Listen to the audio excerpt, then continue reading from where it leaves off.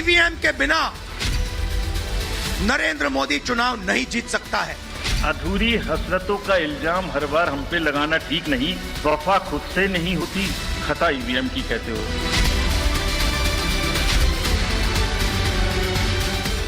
लोकसभा चुनाव के ऐलान के दूसरे दिन ही इंडी गठबंधन के नेताओं ने मुंबई में एकजुट होकर शक्ति प्रदर्शन किया।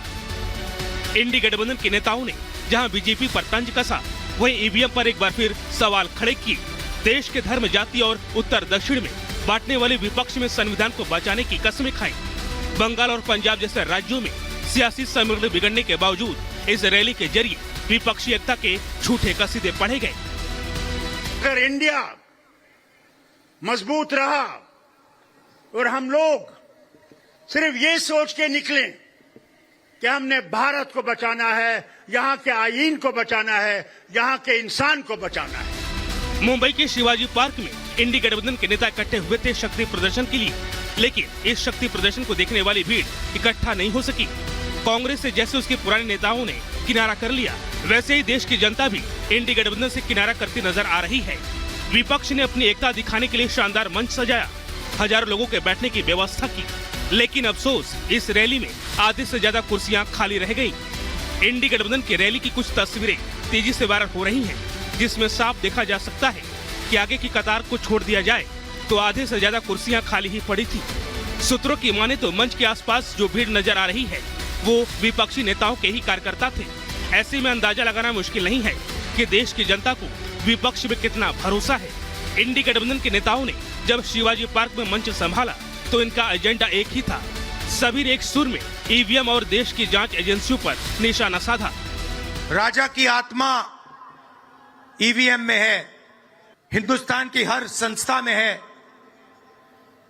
ईडी में है, सीबीआई में है, इनकम टैक्स डिपार्टमेंट में है। मैं आपको बता रहा हूं, ईवीएम के बिना नरेंद्र मोदी चुनाव नहीं जीत सकता है। जहां देश के संवैधानिक संस्थानों को हाईजैक किया जा रहा है, अस्थायी सरकारों को, चुनी हुई सरकारों को, लोकतंत्र में मतदान जो आप लोगों ने किया, वैसी सरकारों को खरीदा जा रहा है, ईडी सीबीआई के जरिए डरा करके तोड़ा जा रहा है, गिराया जा रहा है। ईवीएम पर सवाल उठाना विपक्ष की पुरानी फितरत रही है। यही वजह थी कि 2 दिन पहले ही मुख्य चुनाव आयुक्त राजीव कुमार ने ईवीएम से जुड़े तमाम सवालों एवं दावों को खारिज करते हुए वोटिंग मशीनों को 100% सुरक्षित बताया था।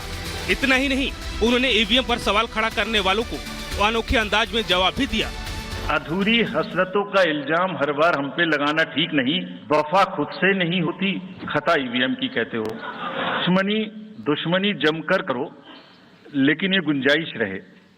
दुश्मनी जम के करो, लेकिन ये गुंजाइश रहे, जब कभी हम दोस्त हो जाएं तो शर्मिंदा ना हो। और वैसे भी आजकल जल्दी जल्दी दोस्त बनना और जल्दी जल्दी दुश्मन बनने की प्रक्रिया थोड़ी ज्यादा चल रही है।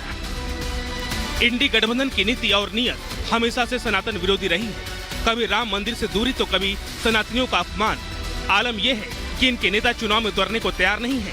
ऐसे में ईवीएम और जांच एजेंसियों पर सवाल खड़े करके ये जनता को बरगलाने की कोशिश कर रहे हैं, लेकिन जनता विपक्ष के मंसूबे को भांप गई है और इसकी गवाही ये खाली कुर्सियां दे रही हैं।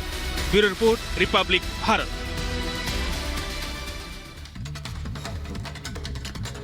और वहीं दिल्ली में आज Uttar Pradesh BJP core group की बैठक होने जा रही है और इस बैठक में उत्तर प्रदेश की बची हुई सीटों पर जो है मंथन किया जाएगा। 1 मिनट की रिपोर्ट में आपको दिखाते हैं।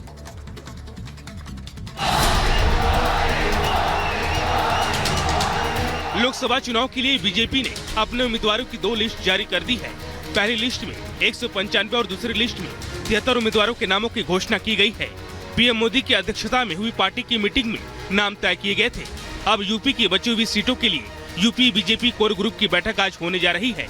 सीटों पर मंथन के लिए बीजेपी अध्यक्ष जेपी नड्डा और गृह मंत्री अमित शाह के साथ यूपी सीएम योगी आदित्यनाथ इस बैठक में शामिल होंगे। बैठक में डिप्टी सीएम केशव मौर्य और ब्रिजेश पाठक भी मौजूद रहेंगे। कोर ग्रुप की बैठक के बाद चुनाव समिति की बैठक होगी, जिसमें पीएम मोदी उम्मीदवारों के नाम पर मुहर लगाएंगे। बीजेपी की अब तक की जारी की गई लिस्ट में कई बड़े और दिग्गज नेताओं के नाम शामिल हैं। वाराणसी से पीएम मोदी, लखनऊ से रक्षा मंत्री राजनाथ सिंह समेत और भी कई बड़े नेताओं के नाम इसमें शामिल हैं। पार्टी की पहली सूची में 28 महिलाएं और 47 युवा शामिल थे। बीजेपी ने पहली लिस्ट में यूपी की 51 सीटों पर नाम घोषित किए थे। वहीं लोकसभा की तारीखों के ऐलान के साथ अगर राजधानी दिल्ली की बात करें तो 7 सीटों पर बीजेपी ने अपने उम्मीदवारों का ऐलान कर दिया है। इसमें नई दिल्ली लोकसभा सीट से बांसुरी स्वराज को मौका दिया है। रिपब्लिक भारत ने एक्सक्लूसिवली बांसुरी स्वराज से बातचीत की है, सुनवाते हैं आपको। लोकसभा चुनाव की तारीखों का अब तो ऐलान भी हो चुका है और अगर उम्मीदवारी की बात करें, मैं वहीं से शुरुआत करूंगा जी। यंग फेस हैं आप और बीजेपी को कहा जाता है कि नए चेहरों को बहुत ज्यादा जो है उम्मीद से मौके के तौर पर जो है उन्हें आगे किया जाता है। तो ये जो टिकट का ऐलान हुआ, ये जो मौका मिला, इसे आप कैसे देखती हैं? कितना बड़ा आपके कंधों पर जो है जिम्मेदारी बीजेपी की तरफ से दी गई है? पहले तो कृतज्ञता ज्ञापित करती हूँ शीर्ष नेतृत्व की कि उन्होंने इस योग्य समझा। लेकिन मैं आपको सच बताऊं, ये इत्तेफाक की बात है कि ये टिकट बांसुरी स्वराज को मिली है। ये टिकट मेरी नहीं है, ये प्रत्येक भारतीय जनता पार्टी के कार्यकर्ताओं की टिकट है। और मैं सच बता रही हूँ, मैं अकेली नहीं हूँ, मेरे पीछे पूरी संगठन की शक्ति है। पूरा मेरा भाजपा परिवार जो है वो मेरे साथ लगा है। रही बात कितनी बड़ी जिम्मेदारी है, तो देखिए चुनाव है, बिल्कुल भी लाइटली नहीं लूंगी, बहुत बड़ी जिम्मेदारी है, लेकिन इसको अकेले नहीं निभा रही। उम्मीदवार कमल का फूल है, हम सब कार्यकर्ता जुटे हुए हैं ग्राउंड पे काम करने में।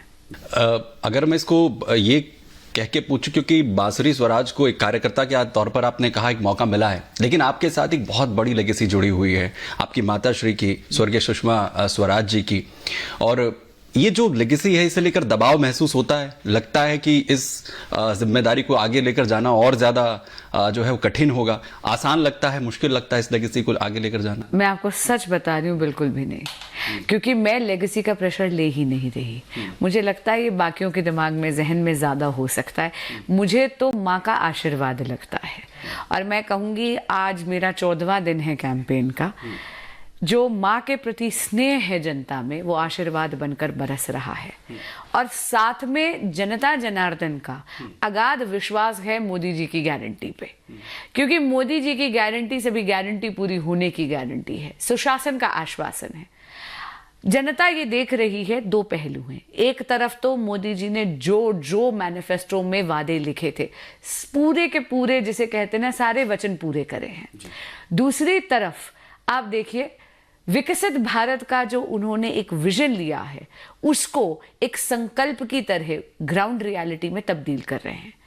एक तरफ तो जो वचन लिखे थे, जैसे धारा 370 हटाना, नारी शक्ति वंदन अधिनियम लाना, भव्य राम मंदिर का निर्माण करना, ये सारे के सारे हमारे मैनिफेस्टो में लिखे हुए वचन उन्होंने पूरे करे हैं। दूसरी तरफ विकसित भारत में अगर आप देखें तो 10 करोड़ से ज्यादा उज्ज्वला गैस कनेक्शंस देना, जिसमें से 2,52,000 दिल्ली में देना और नई दिल्ली में 33,000 गैस कनेक्शंस देना, 25 करोड़ लोगों को गरीबी की रेखा से ऊपर उभारना, 11,000 करोड़ रुपए का लोन बिना गारंटी के रेडी पटरी वाले स्ट्रीट वेंडर्स को देना। कहते हैं ना, जिनकी गारंटी कोई नहीं लेता, उनकी गारंटी मोदी लेते हैं। और इसीलिए मैं बता रही हूँ, मेरा रास्ता सुगम हो गया है। तो 2019 के मुकाबले, क्योंकि 7 सीटें, मैं खासतौर पर दिल्ली के बारे में बात करूंगा, दिल्ली की जनता ने जो है बीजेपी को दी, उसके मुकाबले इस बार का चुनाव आपको लगता है कि टिपिकल होने वाला है या फिर नहीं?